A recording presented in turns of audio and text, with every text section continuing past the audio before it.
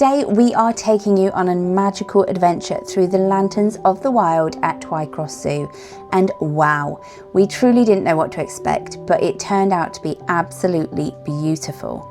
As soon as we entered the trail, we were surrounded by stunning displays of lights, from tiny twinkling LEDs in the bushes mimicking fireflies to incredible lantern installations that were just towering above us.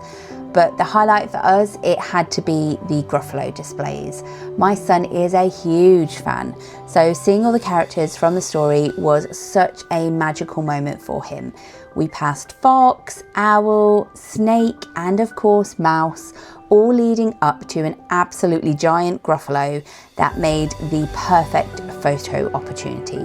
There was even a lantern display of the Gruffalo's child, which was such a lovely surprise as we definitely weren't expecting that. The entire trail was filled with gorgeous flowers, animals, and themed scenes.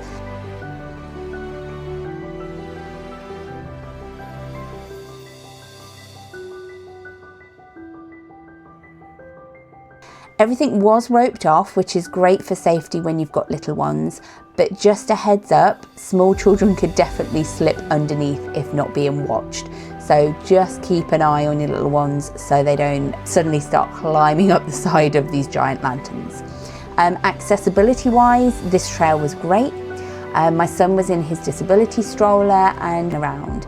The only challenge I would say is the paths were completely waterlogged thanks to a heavy downpour earlier that day. So definitely wear wellies or sturdy footwear if you're visiting in the winter.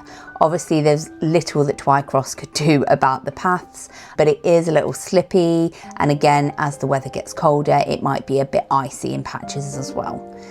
The trail is split into several zones. Each is themed around a different continent or habitat, showing the animals you would find in those environments.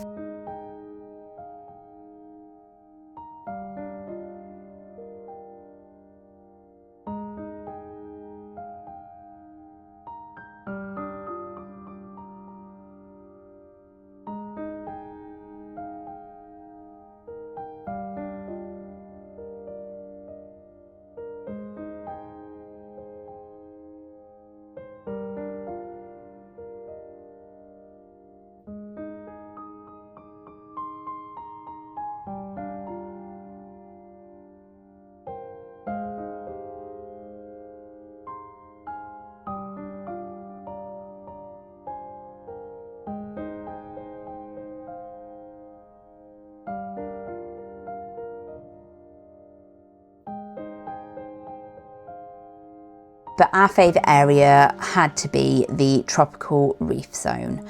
My son is obsessed with Finding Nemo, and the colours, tranquil music, the gentle lighting, it just created the most amazing sensory experience for him. Some of the lanterns even moved, so we've already shown the fireflies. There was also a whale's tail that gently swayed forward and back. There was even a colour changing chameleon as well in the kind of jungle area, which was amazing. It was 100% completely immersive. Once you were on the trail, you genuinely forgot you were even in the zoo. Apart from one occasion, we did see some penguins peering over one of the displays from their kind of habitat area. So the experience takes about 90 minutes to walk, and about halfway through there's a stop where you can grab food and toast marshmallows. Just to note that these treats are an additional cost and not included in the price. Before and after the trail there were also food stalls and a carousel set up, which added to the event atmosphere. The gift shop and the soft play are open too if that's your thing. The main zoo area actually shuts at 3 p.m. So our trail was at 5:15, so we couldn't go into the zoo ahead of that, it was closed. So just a little practical tip for you all as well, the parking is £3.50 per car. You can pay in advance when buying your tickets, or you can pay when you arrive at the entrance area to Twycross. When we arrived, it was really busy to get into the car park, and we had to queue to pay for it. The car park was also pretty waterlogged again, so don't forget those wellies. But overall, this was a really, really impressive event. I would absolutely go again and recommend it to anyone. So I'm recommending it to you guys. If you're looking for that classic Christmas experience with loud festive music and kind of shaking Stevens blasting out, this isn't that.